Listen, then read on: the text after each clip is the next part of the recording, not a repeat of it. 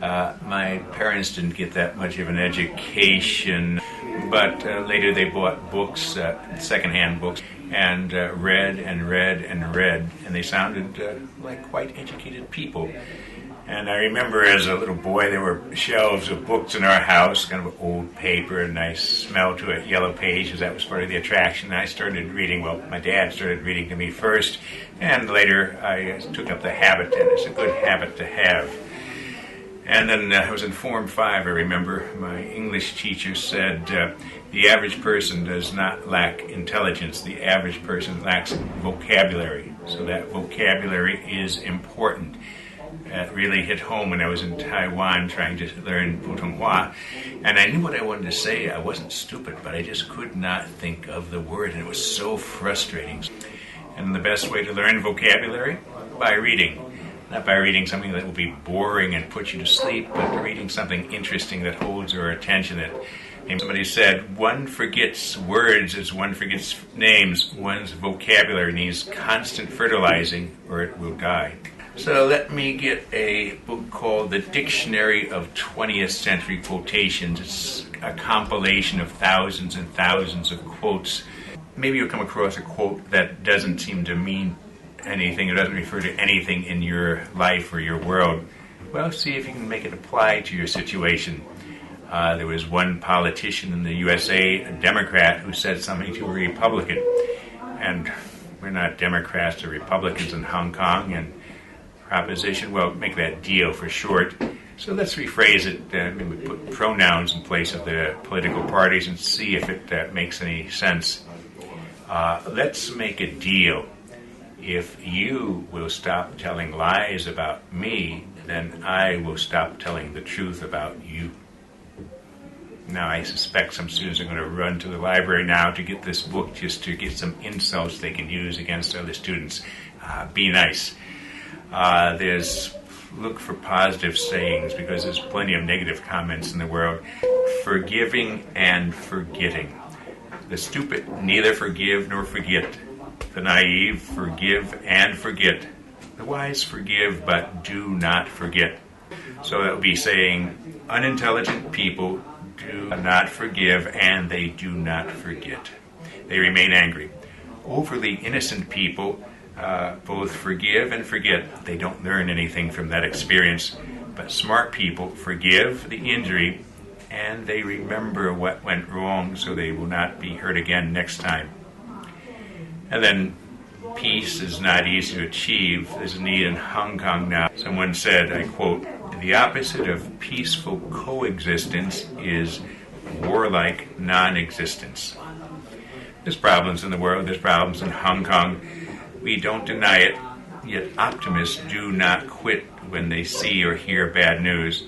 I am an optimist, unrepentant and militant, meaning I do not apologize for being an optimist. I'm forceful about it. After all, in order not to be a fool, an optimist must know how sad a place this world can be. It is only the pessimist who finds this out new every day. I agree, we have to be aware of the problems in the world, and still we need to keep hope alive.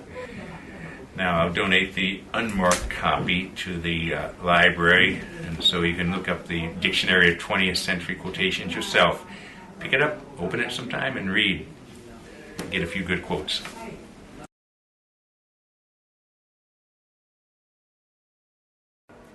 The Book Thief is novels by Australian author Marcus Suter. Narrated by Death, the book is set in Nazi Germany. It describes a young girl, Nisole's relationship with her foster parents, the other residents of their neighborhood, and a young Jewish man who hides in her home during the Second World War. This book is first published in 2005. The book has won numerous awards and was listed on the New York Times Best-Seller list for over 230 weeks. Nisole was a 9-year-old girl living in Germany in 1939. The narrator, Death, saw her for the first time at her father's funeral. Nichol stole her first book at her brother's funeral. It was a very tough time during the Second World War. Nichol could not read and write.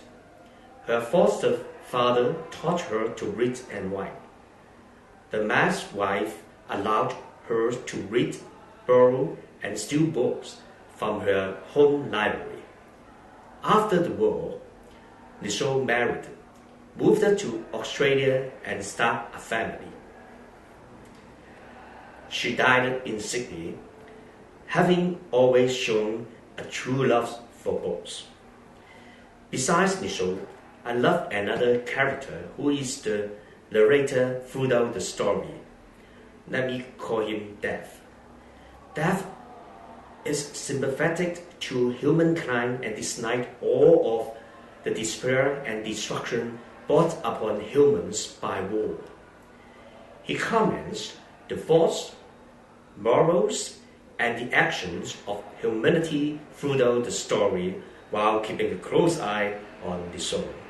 Even though at the beginning of the story he states that it was still best for him to follow her.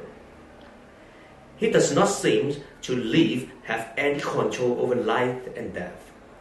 He is tired of his job and wants a vacation, but cannot take one because there will be nobody to replace him. While many people find death destructive, he is surprisingly humorous. I highly recommend this book to you because the English is easy and the content is meaningful. Nichol was having at the time of World War. She did not give up her reading, which made her life a difference at last. So, start to read and learn more, having fun with your reading.